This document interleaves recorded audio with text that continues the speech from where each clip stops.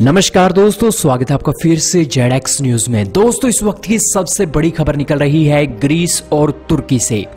तुर्की पूरी दुनिया में अशांति का गढ़ बनता जा रहा है चाइना के बाद में, लेकिन इसी की कड़ी में ग्रीस और तुर्की का विवाद बहुत पुराना है और फिलहाल अमेरिका की एंट्री हो चुकी है ग्रीस तुर्की के विवाद में। अमेरिका ने कहा है कि हम F-35 की जो बिक्री है, जो हम तुर्की को दे रहे थे F-35, वो फाइटर जेट अब हम ग्रीस को देने जा रहे हैं और इस फाइटर जेट के आने से जो ग्रीस की ताकत है उसमें बहुत ज्यादा इजाफा होगा और इसी के साथ ही जो एक तुर्की की दादागिरी है, तुर्की की दादागिरी पर एक बहुत बड़ी चोट पहुंचेगी। लेकिन दोस्तों, रशिया के S-400 का एक यूनिट जो है आज तुर्की के पास है, जबकि आज ग्रीस को F-35 देना, S-400 और F-35 का सामना होने की बहुत संभावना है। और आखिरकार क्या बड़ी बातें इसमें निकलकर सामने आई हैं, इसके बारे में आज की इस वीडियो में हमने डिटेल से जाना है। चैनल पर नए हैं तो जल्दी से चैनल को सब्सक्राइब करें, बेल आइकन दबाएं। इसी के साथ दोस्तों से वीडियो को ज्यादा से ज्यादा शेयर जरूर करें। जी हां दोस्तों, ग्रीस हो चाहे हो तुर्की, दोनों ही देशों के पास अमेरिकी F-35 स्टील्थ फाइटर जेट नहीं है। हालांकि ये दोनों ही देश नाटो के मेंबर हैं, लेकिन फिर भी इनके पास F-35 फाइटर जेट नहीं है। दोस्तों, अमेरिका के पास आज F-35 बनाने के लिए बहुत से प्रोजेक्ट पेंडिंग पड़े हैं। खुद उसकी सेना के लिए भी F-35 बनाए जा रहे हैं। साथ में ही जापान जो सबसे बड़ा खरीदार है आज अमेरिका के F-35 का, उसके भी फाइटर जेट अमेरिका ने जापान को देने हैं।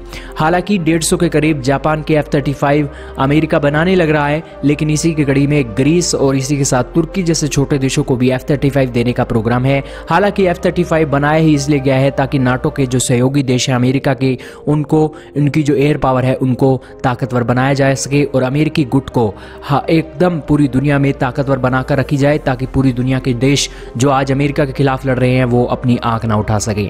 लेकिन इसी की कड़ी में तुर्की ने नाटो के साथ बगावत कर दी और S-400 खरीद लिया। इसी की कड़ी में अमेरिका ने कहा कि हम अपना F-35 तुर्की को किसी भी सूरत में नहीं देंगे। लेकिन अब ये खबरें आ रही हैं कि ग्रीस को 6 F-35 देने की बातें अब सामने आ रही हैं और ये 6 F-35 फाइटर जेट जो अमेरिका आज ग्रीस को देगा, वो फाइटर जेट तुर्की के होने वाले थे, लेकिन अब वो तुर्की के ना होकर अब ग्रीस के होने जा रहे हैं, नीले और इसी के साथ सफेद झंडे वाले ग्रीस के लिए। दोस्तों, तुर्की का एक यही खासियत रही है कि वो कह रहा है कि हम S-400 तो लेंगे ही, साथ में ही अमेरिका का पेट्रोइट भी लेंगे और इसी के साथ अमेरिकी F-35 भी लेंगे, लेकिन अमेरिका किसी भी सूरत में अपनी टेक्नोलॉजी अब तुर्की को नहीं देने वाला है। तुर्की किस तरीके से पूरी दुनिया में एक्सपेंशनिज्म और इसी के साथ अशांति पैदा कर रहा है, प्रोपोगेंडा चलाया जा रहा है मुसलमानों के नाम पर, मुसलमानों का गलत इस्तेमाल कर रहे हैं आज तुर्की और पाकिस्तान बॉयकॉट फ्रांस करके। लेकिन इसी की कड़ी में ग्रीस को F-35 देना तुर्की की रातों की नींद उड़ाने जैसा है। हालांकि ग्रीस फ्रांस के राफेल फाइटर जेट भी खरीद रहा है और अब अमेरिकी F-35 भी खरीदने जा रहा है। और दोस्तों, ये दोनों ही ताकतें आज जो एक तुर्की की एक दादागिरी और खलीफागिरी है उसके ऊपर बहुत बड़ी रोक लगा देंगे। लेकिन आप कहेंगे कि आखिरकार आज ग्रीस के पास F-35 आ रहा है, राफेल फाइटर जेट आ रहा है, तो इससे क्या ग्रीस वाकई में ही स्ट्रॉन्ग बनेगा? क्योंकि आज रशिया के पास S-400 एयर डिफेंस सिस्टम है, तो इस एयर डिफेंस सिस्टम के साथ क्या आज F-35 का सामना हो सकेगा या नहीं, इसके बारे में हम चर्चा कर लेते हैं। दोस्तों, अमेरिकी F-35 और S-400 का सामना हुआ ही नहीं है। दोनों ही जो एयर डिफेंस सिस्टम है या फिर एक फाइटर जेट है, इन दोनों का सामना कभी हुआ ही नहीं है और ना ही कभी होगा, क्योंकि अगर इसका सामना हो जाता है तो दोनों ही देशों के जो एक बहुत ही कीमती फाइटर जेट और इसी के साथ एयर डिफेंस सिस्टम है, उनमें से एक जिंदा बचेगा। हालांकि रशियन S-400 कहता है कि हम F-35 को पकड़ सकते हैं, लेकिन F-35 भी डरता है S-400 के सामने जाने के लिए। लेकिन यहाँ पर F-35 का ग्रीस में होना तुर्की को संदेश है कि एटलीस्ट तुर्की की एयर पावर आज ताकतवर है। अगर F-35 S-400 के सामने नहीं जाता है तो S-400 को नाकाम करने के लिए कई और हथकंडे भी ग्रीस अपना सकता है।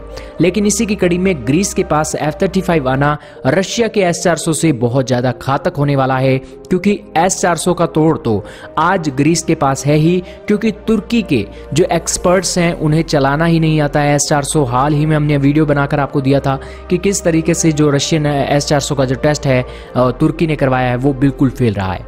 इसी की कड़ी में जो S-400 है उसकी टीम को, रशियन टीम को अगर तुर्की में तैनात करके रखा जाएगा तभी ही जो रशियन S-400 है उसका पूरा इस्तेमाल तुर्की कर सकेगा। लेकिन तुर्की कह रहा है कि हम इसे अपने दम पर ही एक एक्टिव करेंगे और रशिया की टीम की कोई भी ज़रूरत हमें नहीं है। तो जाहिर सी बात है कि इसी के साथ ही जो रशियन S-400 ओरिजिनल वाला है वो ओरिजिनल चीज़ आज तुर्की को नहीं दी गई है, क्योंकि उसे भी पता है कि तुर्की के ऊपर भरोसा नहीं जताया जा सकता।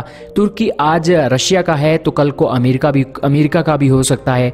यही कारण है कि आज तुर्की का S-400 वैसे भी ताकतवर नहीं है, क्योंकि 1.5 से 2 सालों के अंदर जो रशिया ने S-400 बनाकर तुर्की को दे दिया है। तो जाहिर सी बात यह है कि ये इसकी टेक्नोलॉजी में बहुत सा एक कॉम्प्रोमाइज़ ज़रूर किया होगा, और ये S-400 रशियन S-400 तुर्की को जो मिला है वो सिर्फ एक शोकेस ही है।